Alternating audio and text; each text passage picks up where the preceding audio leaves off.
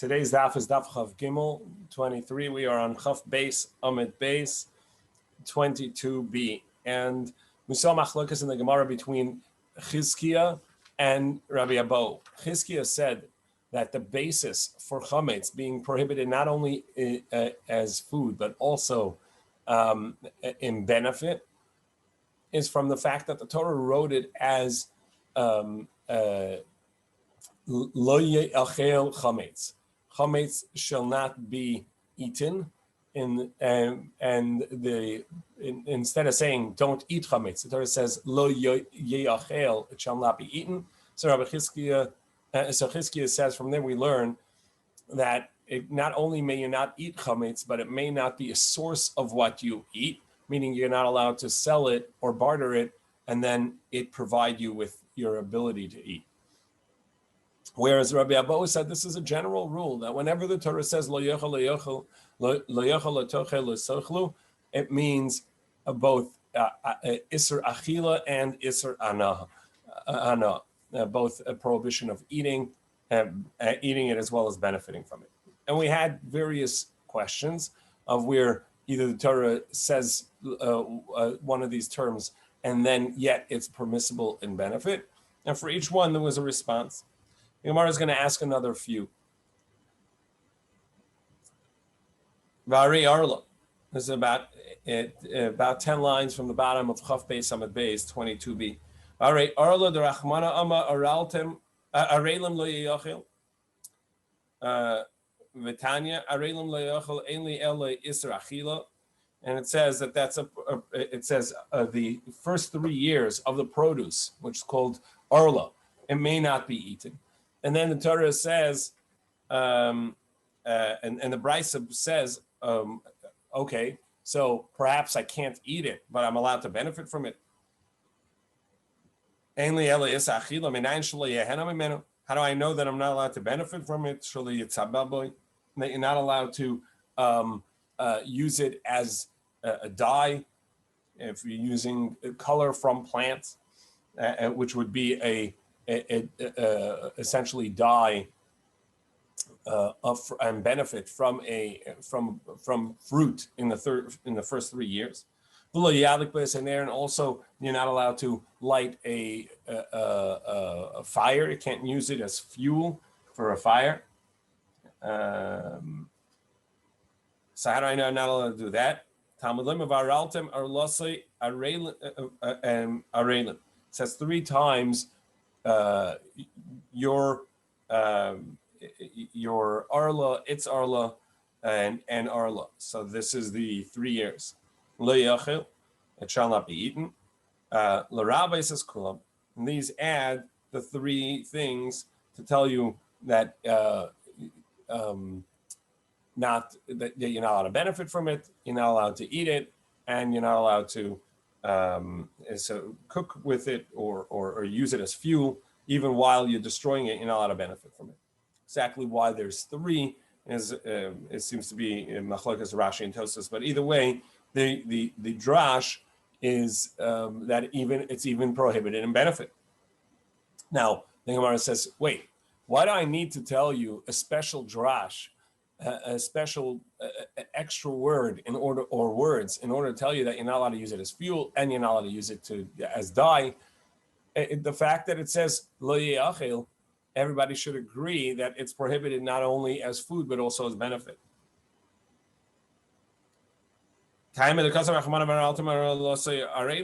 It's only on account of the extra words, the 3 times that the Torah says arla. But if not for that, I would say that when the Torah said it shall not be eaten, it means both. It only means a prohibition of eating it, and not a prohibition of benefit. So Gemara says, So Gemara says, no, you're right. Of course, as we said, that when the Torah says lo yachil, it means both a prohibition of benefit, which included in the prohibition for eating. But over there it's different. Because it says the Torah in defining arla says that it is yours, it is lachem, it is for you. So therefore, I would think that you're allowed to benefit from it, and that's why the Torah has to say you're not allowed to benefit from it. And therefore I need these extra teachings. Since the Torah says that it's yours, that indeed it is yours. Kamash Malan, that Kamash Malan, that's what the Torah had to say. Araltem, the extra arla words to tell you that you're not allowed to benefit from it. So Gemara says, okay, you're telling me that the Torah indicates that it is mine in some way, so therefore I would have thought I can benefit from it, because in what other way is it mine? And therefore the Torah says, no, you're not allowed to benefit. So then why did the Torah say that it's mine? Why did it say lachem? So now that the Torah says arla 3 times in order to tell you that you're not allowed to benefit from it, besides for that you can't eat it, you can't benefit, lachem lamali. So why did the Torah actually say lachem? Which seems to say that it's in some way it's yours. Look at the Tanya, that's to teach you something else. Lachem l'Rabbi sisanu l'Rabbi. Lachem includes that which is planted for the community, and it's not only my personal produce, my personal trees. And Rabbi Yehuda says the other way around. It's there to exclude a public tree, from the prohibition of arla. And so you have a tree at that was planted along the way, on the road, somewhere that passers-by would be able to benefit from it. And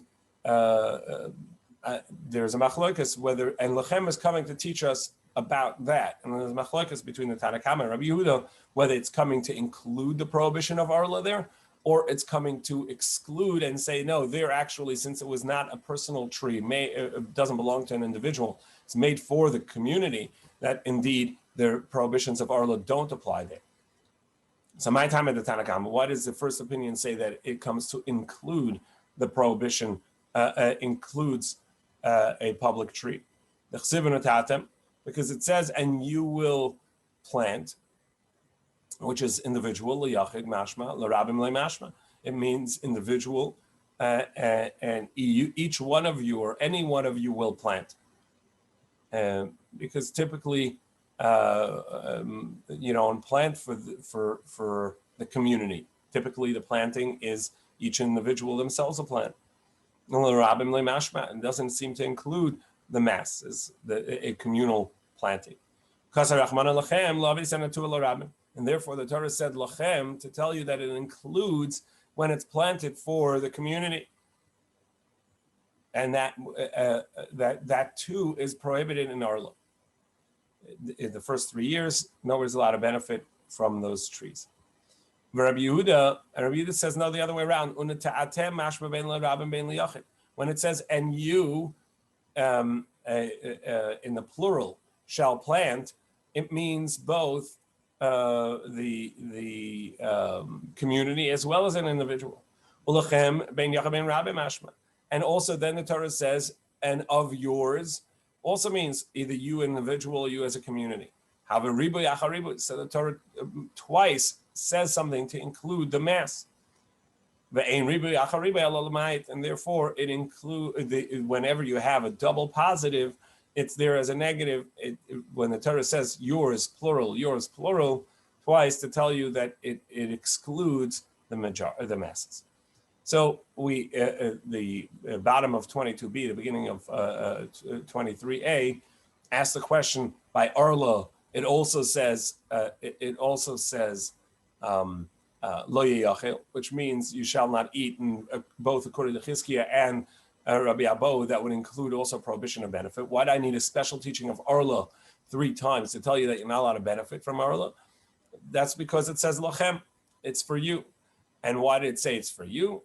To teach us about a public tree, either according to the Tanna Kama that too is prohibited in the arla, or like Rabbi Yehuda, that it is to exclude a public tree, since it was planted for the community to use, that it would not include that the prohibition of arba. We're about 10 lines in on Chav Gimel Amud Aleph. V'harei teruma. Well, what about teruma? It says in anybody that's non-kohen is not allowed to eat kodesh the holy, which is teruma or tanan. And yet we learned, and based on this, according to Rabbi Abo, it should be not only prohibited as food, it's also prohibited in benefit, because the Torah says lo yochal, and he says that includes a prohibition for benefit, not only for eating, even though the translation is lo yochal, you shall not eat it. But tanan, and yet we learned in Eruvin, right? We were coming back to Eruvin. Remember it? It says ma'arvin lenazar b'yayim, that when you make an eruv, which is a meal that you're going to put down, and that will tell somebody that would allow somebody to travel outside of the city, beyond the 2,000 amma of the city, and you have to put down a meal. So you can make it for a nazir with wine, even though a nazir is not allowed to drink wine. Nevertheless, that's a valid meal. Also, we know that the eruv can also be in the courtyard. So you're allowed to use wine even for a nazir, uli Yisrael, and even for a non-kohen, but teruma, you're allowed to use teruma.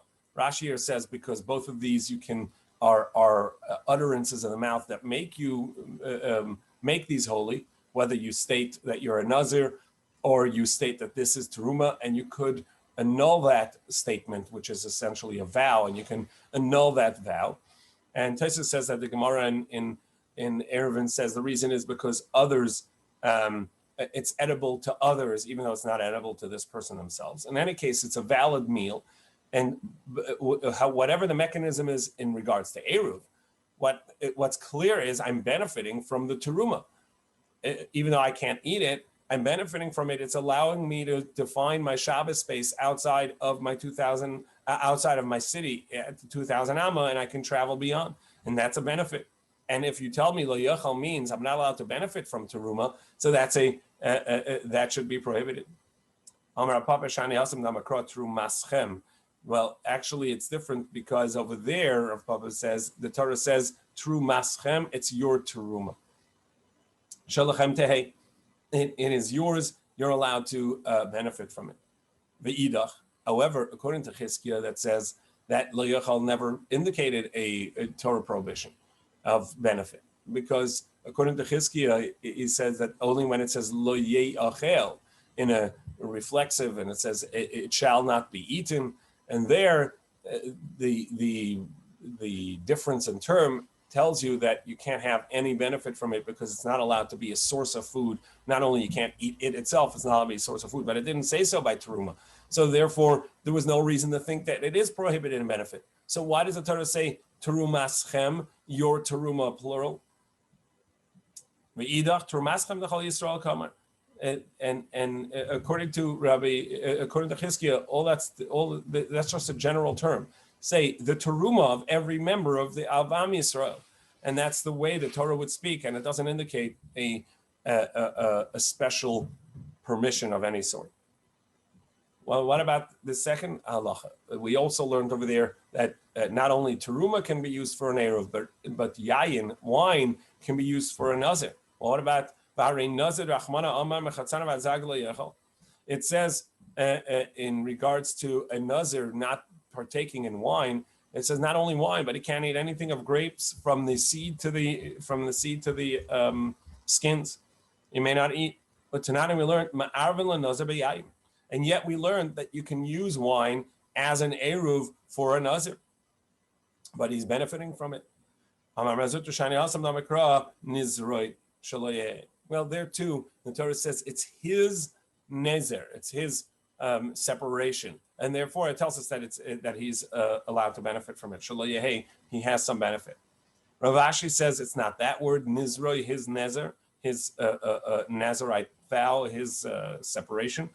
Rather, it's from here. Rav Ashi amar kodesh yeh gadol peras ha'arosh. He shall be holy. He shall allow his hair to grow out, but it says the hair of his head. Giduloi kadosh, his hair, what grows is holy. But for any other, it's not going to be kaddish. It's not going to be holy. Meaning, there's nothing else that's prohibited to him other than the hair is prohibited, but not the wine. It's not prohibited in benefit. And when it says, well, it doesn't say that.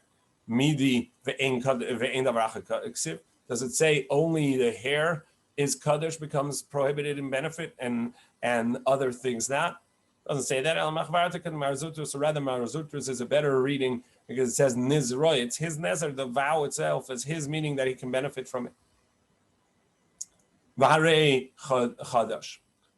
We learned about this earlier, that there's a prohibition of chadash. The new grain is prohibited. The 5 grains that grow prior to Pesach, you're not allowed to benefit from it. You're not even allowed to harvest any that could be brought as the Omer offering until the second day of Pesach, when the Omer offering is brought in the morning, and that would permit all new grain. And this is a prohibition of Chadash, the new grain, or Yashan, the old grain, which is allowed. So by Chadash, where there's a prohibition, the Rahmana Amar, the Torah says, Lechem v'koli v'karamel, that bread and toasted grains and soft grains, lo yisochlu ad hatzamayim hazeh, shall not be eaten unto the midst of this day.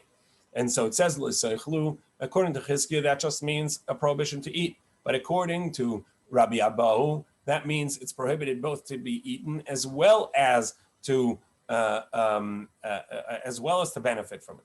And yet, Otanan, we learned kotzer l'shachas. Prior to the grains growing properly, when you just have grass growing, still like just a wheatgrass or so on, you're allowed to harvest that in order to eat the grass. And even when it's fully grown, you're allowed to harvest some to give to your animals. Wait, but that's benefit. And according to Rabbi Abba, that says that the general term of lo yisachlu would include not only a Torah prohibition to eat, but also a prohibition to benefit. Well, how can you give it to your animals? You're benefiting. Amar Rav Shami Shani Hasam. Shami says that there it's different. The Amar Kra Ketzirchem. The Torah says Ketzirchem, it's your harvest. Ketzirchem Shalachem Yeh. That what you do harvest, it is yours, even though you're not allowed to eat it yet, but it's yours.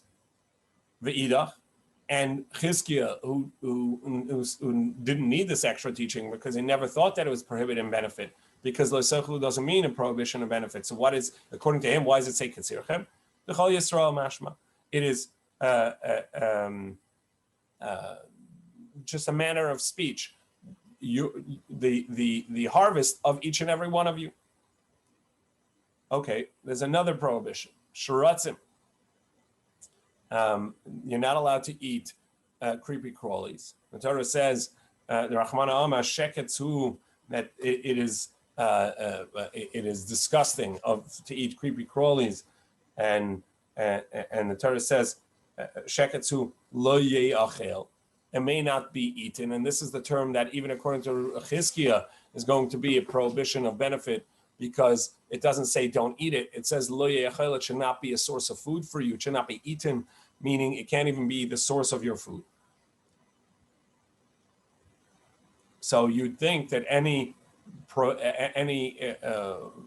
shekets, whether it's rodents or bugs or sea creatures, that crustaceans, they're all going to be prohibited, even in benefit. But Tanana, we learned say other chaya ofis udagim, fishers or bird trappers or animal trappers, shenizdamnu lehem minim tamei, that while they're trapping, they encountered that they not only got they didn't only get the animals they were looking for, but they also trapped non-kosher. So they're trapping birds, and they got a non-kosher bird while they were trying to get some kosher birds, or they were fishing, and in their net they got some bottom feeders together with the kosher fish.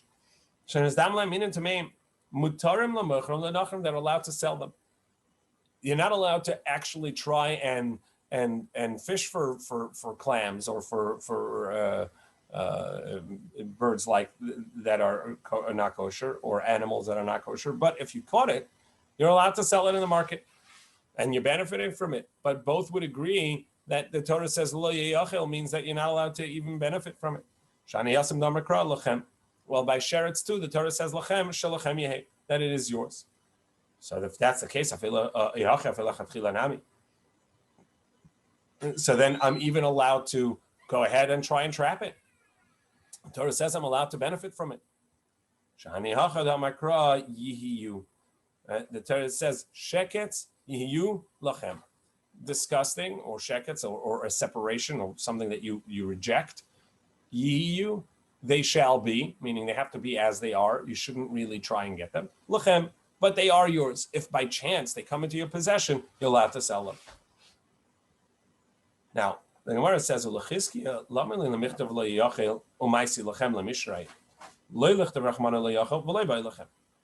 to Rabbi Abo, that every time the Torah says it shall not be eaten, it includes a Torah prohibition of benefit. So it makes sense that the Torah needs to give you a permission to benefit from it, because it has to say you shouldn't eat it. And generally that term means also benefit, and so it has to tell you allowed to benefit. However, according to Chizkiah, the term lo sochel or lo yochel or lo seichlu, these are terms of you shall not eat, whether you singular or plural, you shall not eat it. And that just means the Torah prohibition of eating, but not a Torah prohibition of benefiting. So why did the Torah use a term over here of lo ye'achel, which means a Torah prohibition for benefit as well? And then the Torah needs to tell you lachem, that you're allowed to benefit from it. Don't use this peculiar term of lo ye'achel in the reflexive. Say it in the act of don't eat, and then it would be sufficient without lachem. Why did the Torah tell me lo ye'achel in the reflexive, which according to Chizkiah means that it's also prohibited in benefit, and then the Torah has to tell me, oh, by the way, you are allowed to benefit from it. Chizkiah says, actually, this is where I learn the fact from. When I said that when the Torah says lo ye'achel, this reflexive term for it shall not be eaten, in the passive, it's there to tell you that it's prohibited in benefit as well. I learn it from this verse, from the fact that the Torah by shekets, by creepy crawlies, needed to tell me that I'm allowed to benefit from it. Lachem yehei, it tells me that it would have been prohibited in benefit without that, and that's why this is my source for my idea that this is a peculiar term, and lo ye'achel therefore means to include a prohibition of benefit. And how do I know it? From the fact that the Torah here had to tell me lachem, that it's for you, you're allowed to benefit, because the Torah could have just said sheketz, they shall be disgusting, separated from you, and it didn't have to say the word lachem for you. The fact that the Torah said lachem is telling me that I'm allowed to benefit. Why do I need to tell me? Why do I need a special permission for benefit? The Torah only said lo ye'achel, they shall not be eaten. So here's my source. Chizkiah says that the Torah, when it says lo ye'achel, includes a prohibition of benefit, and therefore in this place the Torah needed to tell you it's a permission, you're allowed to benefit from it.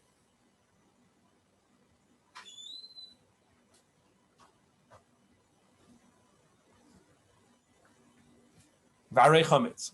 But what about chametz?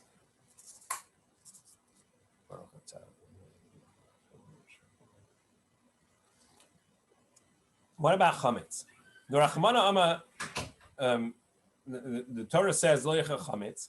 Chametz shall not be eaten. And yet Rabbi Yossi Aglili, even though we saw earlier that chametz is prohibited in benefit, the opinion of Rabbi Yossi Aglili is that it's not. And he says, because what's your source? Where does it say in the Torah that it's prohibited in benefit? You should wonder, hey, chametz asabana kol shiva. Where do we find that chametz is prohibited in benefit for 7 days? It says don't eat chametz. It doesn't say don't benefit from chametz.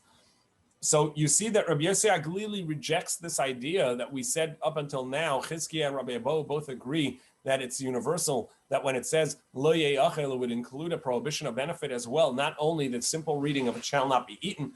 And yet Rabbi Yossi Aglili rejects this. He says, where's the source that it's prohibited in benefit? The reason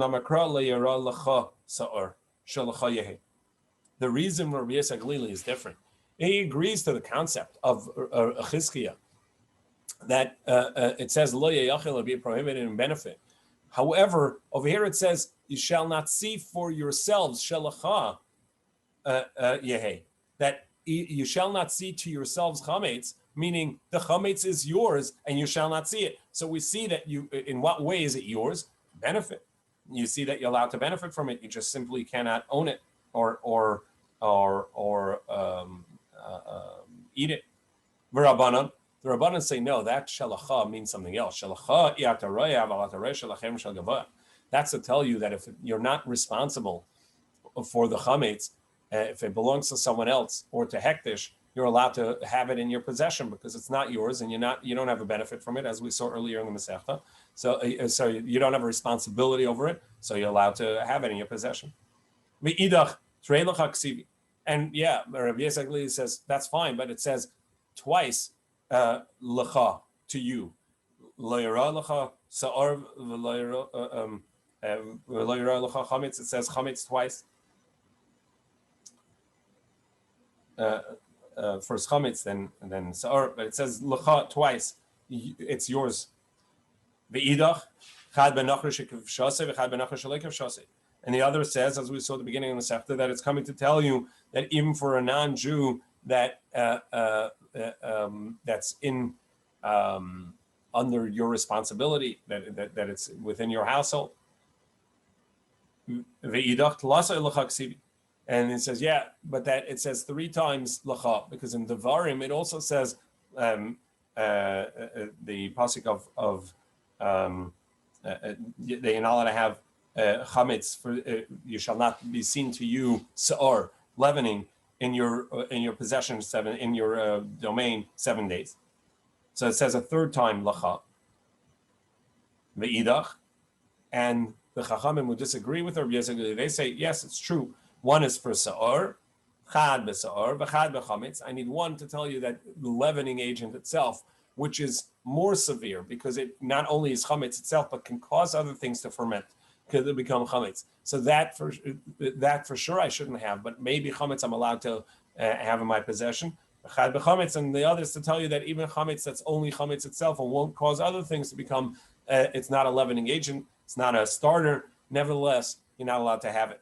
But tzricha, and I need all of these to tell you because each one has a strength over the other. So I need the Torah to tell me 3 times lecha that you're not allowed to have in your possession. In any case, so we now have a machlokes where Rabbi Yossi Haglili says chametz is permissible in benefit because the Torah says it's lecha, it's shalacha yehe. The Torah says you shall not see it for yourself, meaning that it is yours. In what way is it yours that you're allowed to benefit? And the Chachamim say, no, those are needed for other things. Chametz is not only prohibited to be eaten, it's also prohibited to be benefited from. Lema katanai. So let's say this idea that when the Torah says lo yochal or lo yochel, that it includes a Torah prohibition of benefit is not a machlokes between Chizkiah and Rabbi Abo, who are Amoraim from the Gemara era, but it's even a machlokes already in the Mishnah, in the Mishnaic text, the Mishnaic era, because the machlokes Tanaim, where do we see that? Katanai, the Torah says, Yeyasa l'cha melacha. The Torah says in regards to the fats, the forbidden fats, the chela fats, which come from an avela or a treifa, the Torah says that you can use them for any form of work. What does it mean that you can benefit from any type of work?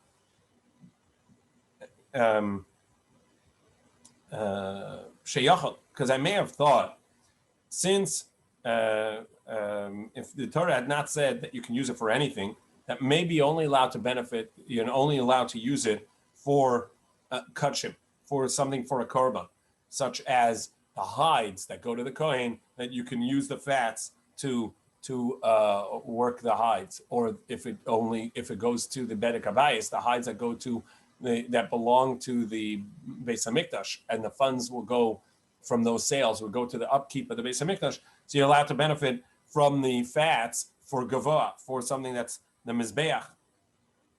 But for a person, for an individual person, that you're not allowed to benefit from it, because the Torah says you shall not eat chaylev, and that would mean a prohibition of benefit as well. And that's why the Torah had to tell me that it's permission, that you have permission to benefit from it.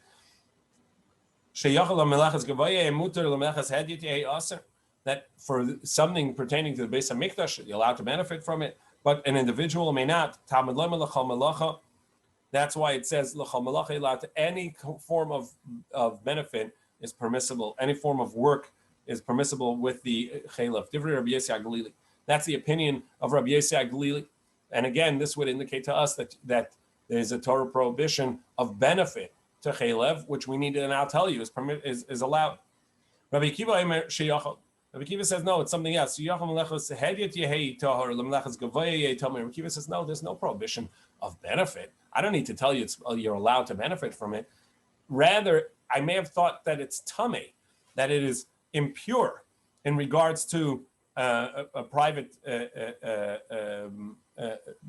person. You're allowed to benefit from it, so it's pure but for the Beis Hamikdash, for something holy, that the chaylev, the forbidden fats, are going to actually be tamei. That's why the Torah says l'chol even for the Beis Hamikdash, it's going to be okay. Now, Rabbi Yossi Aglili, so the Gemara concludes, Rabbi Yossi Aglili, Rabbi Yossi Aglili does not need this verse to tell you that it is not tamei. He's using the verse to tell you that it's permissible to benefit from it. Right? So must be he holds that it, otherwise I would have thought it's prohibited in benefit. And Rabbi Akiva, and he says, and Rabbi Akiva says, no, I don't need a verse to tell me that you're allowed to benefit from it. He says the verse is only coming to tell me that it's not tamei, that is not ritually impure, so there's no tumah. Now we turn to Chaf Gimel Amid Beis. My lab, wouldn't you say the basis of the machlokas is this idea? The Rabbi Yossi Aglili says when the Torah says they shall not eat it, it means they shall not benefit from it, and therefore the verse is coming to tell me that you're allowed to use it for any work, meaning you're allowed to benefit from it. Rabbi Akiva says no, that there's when it said lo sochlu, it means you're not allowed to eat it, but it did not mean you're not allowed to benefit from it. So there's no reason to think you can't benefit. So when the Torah comes and says you can use it for any work, it means to tell you that it's not going to cause tumah in the Beis Hamikdash. And it's coming to tell you that it's not going to cause tumah. The Gemara says, no, we could say and interpret the Brisa even according to Rabbi Abo, and to tell you that everybody would agree that there's no prohibition in benefit. There is a prohibition of benefit, even according to Rabbi Akiva. You're not allowed to benefit when the Torah says lo tachlu. It means do not eat it and do not benefit from it. So then, why didn't Rabbi Akiva use the verse of that you're allowed to use these forbidden fats for anything that you need? That would tell you that you're allowed to benefit from it. If he holds that it's prohibited benefit, so the verse seems the good source for the permission to use it. But the basic machlekes is this: Rabbi Yossi Aglili savar kashu hutra nevela hi hutra chelba v'gida lehutru. We saw earlier that the first source that we saw where the Torah said a prohibition to eat something, and then the Torah made the benefit permissible, was in Avela. The Torah says, do not eat Nevela. You should gift it to your neighbor, the Ger Toshav, the non-Jew who has accepted to live without idolatry, or to sell it to another somebody else. But either way, you're allowed to benefit by either gifting it to your neighbor or selling it to someone else. So when there we saw that Nevela becomes permissible.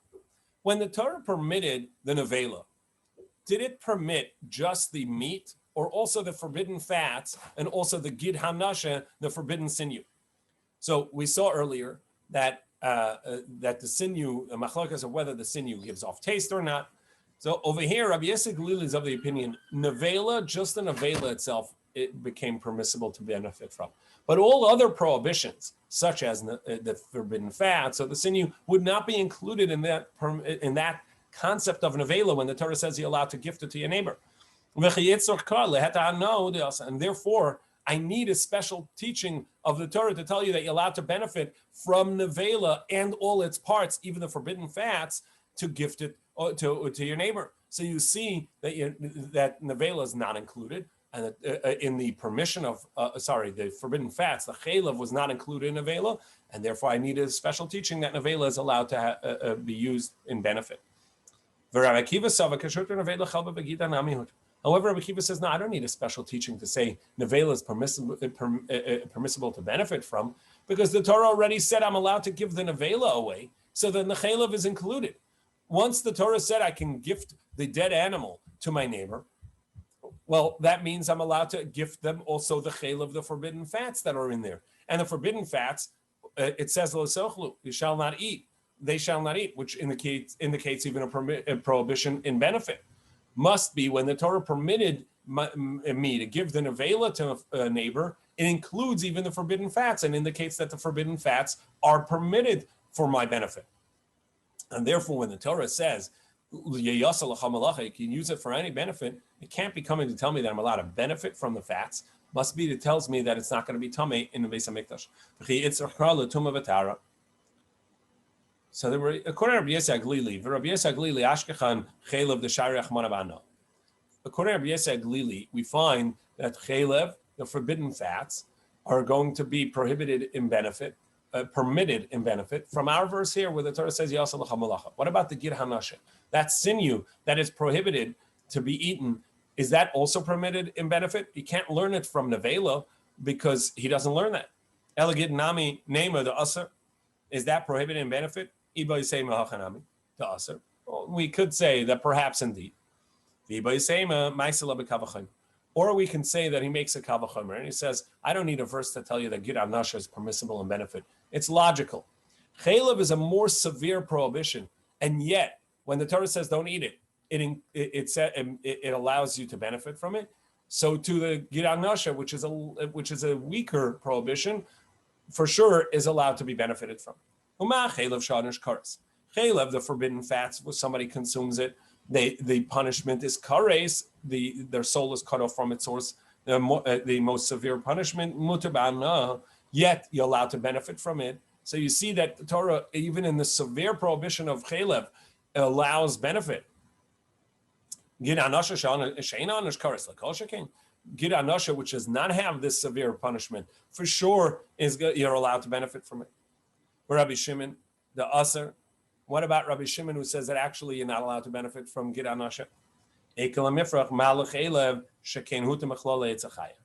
Rabbi Shimon says actually chaylev is a lesser prohibition. It's true in one aspect, it's stronger, but it has a weakness against gid hanasha, because the Torah says that only these forbidden fats, the chaylev fats, are only prohibited in a domesticated animal, in a behemoth, echaya, such as in deer, venison, right? So there the forbidden fats that are the chaylev fats that are usually forbidden by a domesticated animal, by a wild animal, by a chaya, it actually is permitted. So that's a weakness in chaylev, and perhaps that's why you're allowed to benefit from it.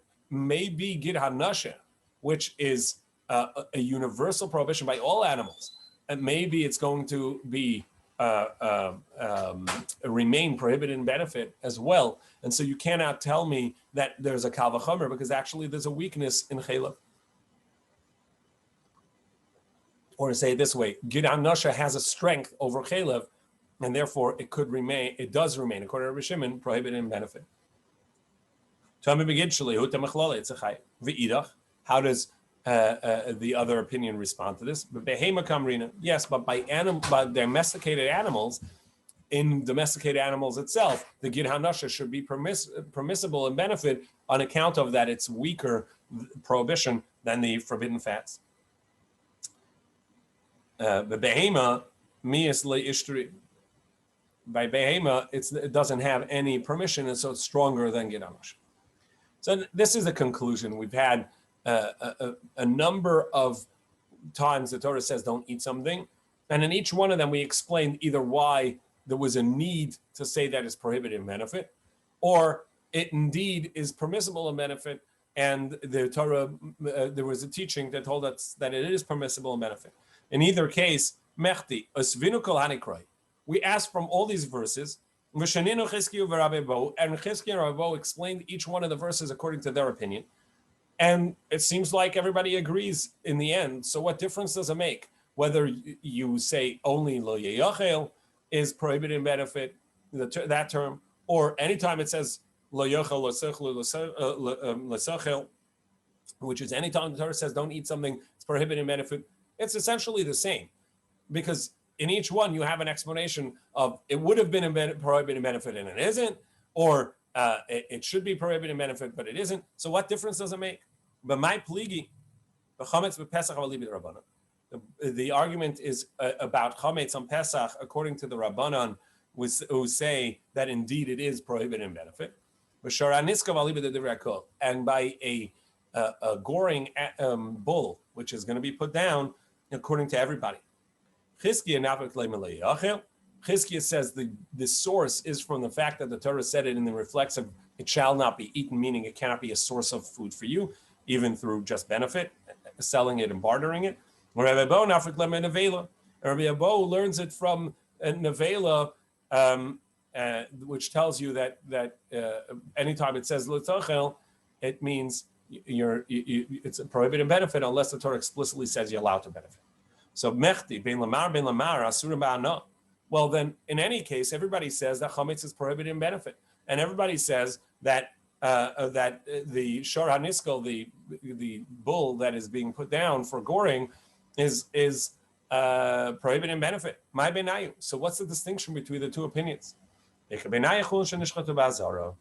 When somebody brings a non-kodesh animal, a personal animal, into the Beis Hamikdash courtyard and shechts it there, Chizkiya savar lo yachel.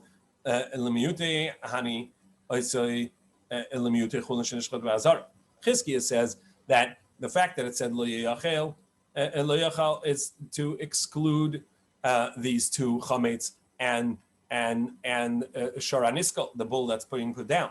And also it says you will give it to the dog. This you give to the dog and nothing else. Tells you that that chulin shenishchat ba'azara, that when the is going to be prohibited in benefit. Rabbi Abo Sava Oisel Mutani Chulin Shenishchav Zara Lav Deraisa. However, Rabbi Abo says that Oisa is to tell you that everywhere else you're not allowed to benefit from it, and he holds that Chulin Shenishchav Azara, the mundane animal that's brought into the Azara for shechting, that actually is not prohibited in benefit on a Torah level. So we'll continue with this discussion a little more tomorrow.